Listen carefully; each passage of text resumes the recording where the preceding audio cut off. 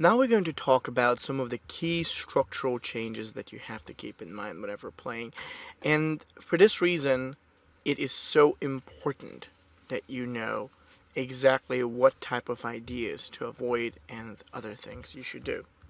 So let's take a look and see a game that was played between the great Garry Kasparov and his opponent, who's actually strong Nigel Short.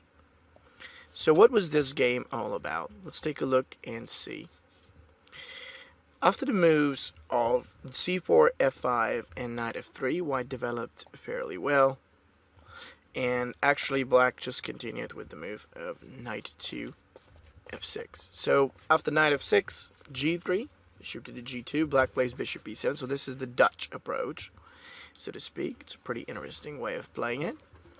And yeah, so basically right after black plays this bishop on the e7, white played short castles. Now you see, this is slightly different as an approach. I mean, what black is intending to do is to go with d5, which will kind of blockade white's options of d3 and e4 perhaps, or similar moves. So it's a good sequence. Black is definitely setting it up in a good way. So that's the plan. Now let's take a look and see what did white do. So white played knight to the c3 in this position. He's ready to just follow up the natural approach. He's ready to advance towards e4 maybe. Black played with d5, and then after that white does c takes to the d, pawn takes to the d, and e3. What's interesting about that exact structure is simply the way on how white makes it work. It's really not so much of the formation, it is just the build-up. The build-up is incredibly important because the more flexible we get to keep it, the better it's going to be. Moves like b3 and bishop b2 are really going to work. And also white's going to continue following it with moves like queen to c2 and rook c1. It's pretty efficient. And it actually seems to be working. So after pawn to e3, what black did in this position was the move of, after e3, king h8, and then after the move of king to the h8, of course, most certainly, white plays b3, and then he does bishop to the b2. This is good. This is the way on how white sets it up for the center play. You know, it takes a few moves to actually get it going. It takes a few extra moves to place it there. But the important thing, the important idea is that the structure remains flexible for white. And that's what he really needs. He does not need tactical approach. He does not need big complications. He just wants to be flexible and solid so that the knight can now arrange towards the e2. It can go down to the f4 or d4, and black is down. Again, not winning. It's just that flexibility that guarantees white a slow and yet very consistent approach that gives him space. And these are just a few quite useful ideas you could remember and follow through with whenever you're playing it with white. So it's a good, just a good direction to play along. It's a great setup. Now, if I have to think about black and what he can do, I'm going to be really confused because there's really not a whole lot that black can do. Now, maybe one thing that he could try is knight g4, and he did try that. Truth is, he did attempt to go this way, and bringing that knight on the g4 will eventually help him to get towards the e5. He can move alongside, the king side, possibly by preparing g5 or whatever. It makes sense, okay? So he plays it like this. White does knight to the d4, knight e5, and now white sets up the rook on the c1. And this is a great approach for a couple of reasons. The most important of these reasons is the fact that we are really setting it up against black. We have the wonderful type of control, the resource to advance and attack or reach out black's queen side. Now bishop c3 takes place. And again, now you can think about what this move is about, but then you realize it's really just about to coordinate, to help white's piece coordination a little bit better. It is not because it's going to do anything too special. It's because those pieces of white now have a wonderful connection between each other. The g7 is put under pressure. The blocking on h8 does not feel like it's actually doing anything all that much. And yes, that's all we really want. Keep our opponent on the backside trying to defend while white's pieces simply keep going up and they simply transform the position. We can advance whether it's going to be with the b5 or with the bishop to the d4 or anything like it. But, the real thing is that white is going to be very, very successful. So he sets it up and he can continue in order to gather more momentum and opportunities versus black's position. So let's see how that could work. Let's say queen e8. White can play with the move of bishop to the d4, which really sets it up very well. A7 is under pressure, G7 is under pressure. White has everything situated, ready to attack against black. And so, yes, it's going to take some time until that builds up, but it is a great start.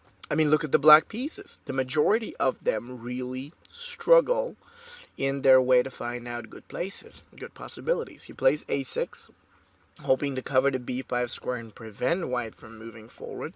But really the only thing that this move actually does is to, it slows down white, that's for one, but it doesn't really do anything else. So white can step in with his bishop towards the c5 square. He could challenge the d6, black can play rook f6, and then there's an exchange and queen d4. So you could really see how white's position gradually moves forward with every single move. So while black just keeps himself backward, unable to really cross over and set up any significant counterplay on the other side. That is something you'd always like to do. You'd always like to think about your pieces just being better, being a little more advanced and challenging while the opponent has to worry. And he does have to worry a lot in such a position. So it's a beautiful version on how white makes it. And so, yes, there's a lot of things, but, basically speaking, white is feeling great. He's got a lot of activity. Now, after bishop f7, white progressed with the move of a4, which was great too. He is reaching out for the move like b5 to attack against the c6 and do more. See, so white has the value to attack. Black is okay, but there's really not a whole lot he can do on himself. So black for himself. Bishop h5, a nice attempt to activate the bishop, but you see, white's flexibility is simply a lot superior. He sets up his own rook on the b file. He's ready to play with alongside the b5, and then when he does, there will be even more open files ready. Just with that rook from b1 stepping in, with that rook from the f1 moving towards the c1 to attack. So black has a lot of things to worry about while white attacks him carefully. So that's a good solid way to play it. Black exchanged, white of course retakes, and then after bishop takes f3, black played knight to the f7, but then white plays bishop h5. The exchange actually did trade off a bishop that wasn't as good or wasn't at all that necessary for a knight that could have been pretty useful if it stepped forward on e5 or g5. And now the result is that once black plays with a rook takes f7, white can exchange, leaving that backward pawn out there and putting pressure against it further on with the rook. It is pretty. It's really that good. So black played rook f8. He was looking for just one thing, and that is, okay, let's cover the back rank, and let's prevent white from reaching out and making a checkmate. So that makes a lot of sense. Let's do it. Why not? It sounds good. The activity is there, and black's quite well placed. I mean, at least at this point, he is. So what did white play? Well, white actually picked up to do queen c5. Now, again, there is a little more pressure versus the black pawn on c6, and then there's also the idea to move alongside rook c1 to simply tie him down. He's not going to lose that pawn. Most likely black's got plenty of ways to protect, but it's not really about that at all. It is much more about, okay, let's just challenge him in, keep him on the downside defending, and make sure that he loses. Now okay, black is not going to lose, but he's got plenty of things to worry about, and that's what white wants to do. g5, a strong and, in some way I have to say desperate attempt to advance on king's side. I mean, black wants to just play f4 and reach out for an attack, but it doesn't matter because after the g5, white plays alongside rook c1. It forced black to sort of keep pushing. and now white plays e takes f, g takes f, rook takes the c6. It really tears the whole queen side apart for black. If the rook on h6 is now being seriously attacked, he cannot carry on making moves like queen h5 or other type of threats. And that is by no means actually good for black. It's pretty interesting to see it because, you know, all that white is able to do, but the delivery is really good too. If the rook falls, as it is, it's just there's going to be no attack going against the h2. There's going to be no real threats coming out from black at all. There's just no way to how you can do this. And by that time, white, of course, wins. I felt like I wanted to show it to the very end, like not so much to the very end, but to this point, because it is just really pretty to see what goes in the end of the day, like what's really the idea itself and the build up, the way and how the whole play shows. On another hand, black of course can't quite do anything. He is unable to deliver anything strong or challenging. White's ready to attack, brilliantly. And so that's basically how it ends. It's really just that. So rook takes the c6, rook takes the c6, queen takes the c6.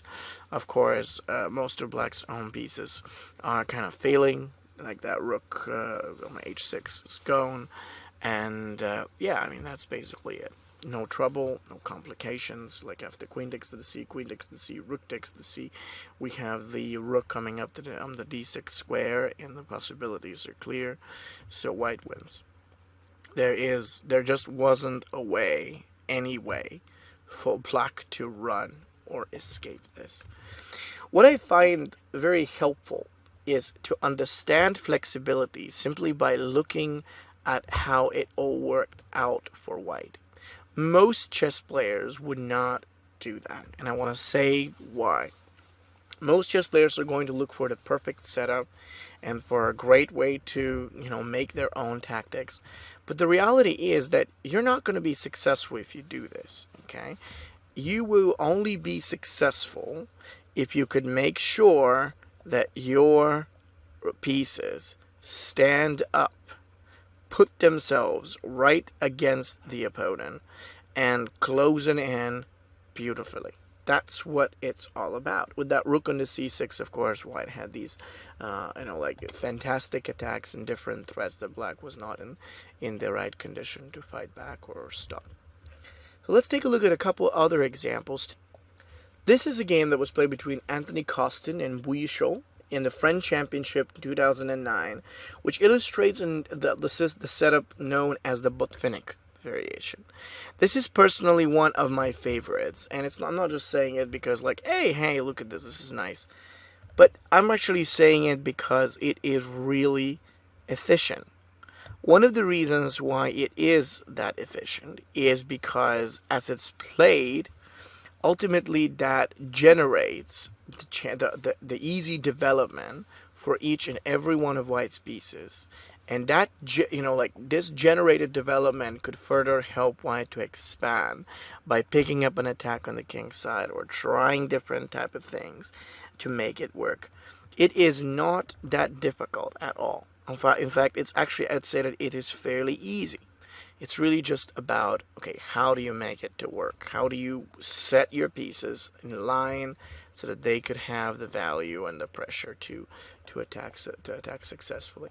And it is not that hard, really. That's the thing. It's not that difficult to make it. For example, c5, white castled. Then there was the d3, bishop to the e3, and rook b1. So this was actually a very logical reaction to black's plan, given that the knight is taking up on a very beautiful, we might say, square in the middle. White, of course, does not want to allow any type of complications, and he does a very smart maneuver where the pawn has the ability to step onto the b4. It's going to be great. If b4 happens, there is this sort of efficient pressure that white will create against the black queen side, and by doing more of this, we could see after bishop d7, b4, b6, a4, and h3. See what white is able to do. Just he's got a very nice control Black is being put under pressure because due to the d4 square. And there's a lot of things ultimately that Black's got to be aware of. It's not simple. It's easy to keep him back. And ultimately, actually, after continuing with this move, in case of knight takes to the e2, knight takes to the e2, we have d4 that we could consider playing in this position. And that's all we have. It's just Black has options, but it's like very difficult for him to play. There's no shot, no resource, and it's going to be great. So what's happening after that? Well, after knight takes to the e2, Black can play a5, but White can just lock up the position with a move of pawn up to the b5. We have a resource to limit him. We have this possibility to play with d4, maybe even queen to the d2 and bishop h6 in this type of position, and Black's having problems. So this is a great way to go. Limitations or restriction is usually one of the things that you'd like to do when you have a chance to play at the English, because restricting helps you to simply push the opponent back. Okay, so this is really, really important. Now we don't have Black doesn't have the move of bishop to the c6. He is limited at that moment. And then after queen c8, there's king h2, f4, and queen to the d2. There's e takes f, and so actually now we have knight to the c3. That knight is now reaching out the move of knight to the e4. Black is bad and behind in development, and it's a great way to follow up with. Now Black plays bishop e6, knight to e4, exchange, d4. And all those possibilities are there. It's like there's a way to do anything, as long as you could keep all the other things in place. We have space, we get control, we have the shot over the d4, and we've got most of the Black pieces out there against Black's position. Especially after the exchange and the retake, White plays queen takes to the d4, rook takes f5, rook d1, g4, exchange, limitation, and rook d1. Now, I would like to say that rook to the d1 probably wasn't all that great. Maybe a little move like queen f2 could have helped out, I feel, in order to come up with a nice limitation against Black's position. But there are plenty of ways to do this. You see, this is not just the only one. It's just one of the ones to do it. It's great. What about Black? Well, that's a really good question. He was losing. And so White got this extra pressure, the limitations versus Black's position, and the control that were all beautiful and effectively done, so that he doesn't find a way out of this situation. This was greatly played, beautiful, and all the way effective. This is all I like to say about it. Now, of course, there are other things to say about this line. It's not just the only one. There could have been other things. But, it was great. It was a great example of understanding how the pieces come together, what they can do to attack, and why it was so efficient and why it made it just like that. So these are my thoughts on some of the most important principles about this variation. Let's have a look right now at a couple of other positions to see. Now, the Grunfeld approach per se is one of the things that I found most uncomfortable when I've ever played the English. And the reason is because people tend to get confused. I mean, if you really think about it, it is a very confusing line. After c4, knight f6, and d5, even before we actually get to do the bishop g2 and to limit Black and do whatever, we just get cut off right here. I mean, it's just not nice. He is preventing us from, ever reaching out. He's taking away the good chances, so to speak. So what the hell? I mean, now we're standing back. So what are the things that you'd like to really do if you get yourself in a position like that? Okay, there are a couple of things that you can do. Okay, first thing that's very important, by the way, very valuable in my opinion, is exchange and then play g3. Don't forget that your goal is going to be just one. How do I put more extra pressure versus white's center? That's all you need, really. This is all you're looking for. Now, after g3, black plays g6 and knight b6, which could lead white up to the plan of d3. So we keep the extra tension at the moment. We have black a little bit down, back in the development. So actually he's got a little extra problem with this. And, at that exact moment, given the, the problems that he's going to have and everything else, white could now, or is ready to now focus on easy and simple, confident, comfortable development. It's not that easy, so don't get me wrong, but it is important, and that's what makes it good. Let's see how that works. After the move of d3, black could play bishop to the g7 in this position. Very interesting. And so after the move of bishop to the g7, then, okay, so like what we're seeing is that now white plays bishop to the e3. He sets up the bishop on a very nice position. And after knight c6, rook c1. Once again, this is another type of tabia. If you haven't ever heard about that term, tabia is the way on how you put your pieces in place so that they are ready. They're ready to do different kind of things. And that's what white is having right now. He has a great tabia where most of his own pieces are really well positioned. They have the chance to do different type of things, while at the same time black has a problem. He does not seem to be having an easy play. He has an issue with his development. He has an issue with his, resources. So white has a sort of, great follow-up advantage. There is more to do. There is more stuff out there, most likely. But white's got a plan. So he just kind of follows this through. Knight d4, queen d2, c6, and then there is the bishop to h6 move. We see the value now. A lot of times, major chess players, even masters, do not understand how important it is to take those small, sometimes even very small steps that will genuinely limit your opponent and will give you great resources for advantage. Now, this is exactly the largest problem that most chess players tend to have. But remember this. If you focus on the idea of building up a position in which you have space, you get the control, and you know what you're doing, you are halfway there, and this is going to be a great thing. Now white knows it. It's that bishop that will exchange blacks. In case black does the trade, we have the recap. In fact, this is a great structure. Just thinking about it is a great thing. What about black? Okay, well, he's got a castle. So white actually did the capture. He exchanged the bishop.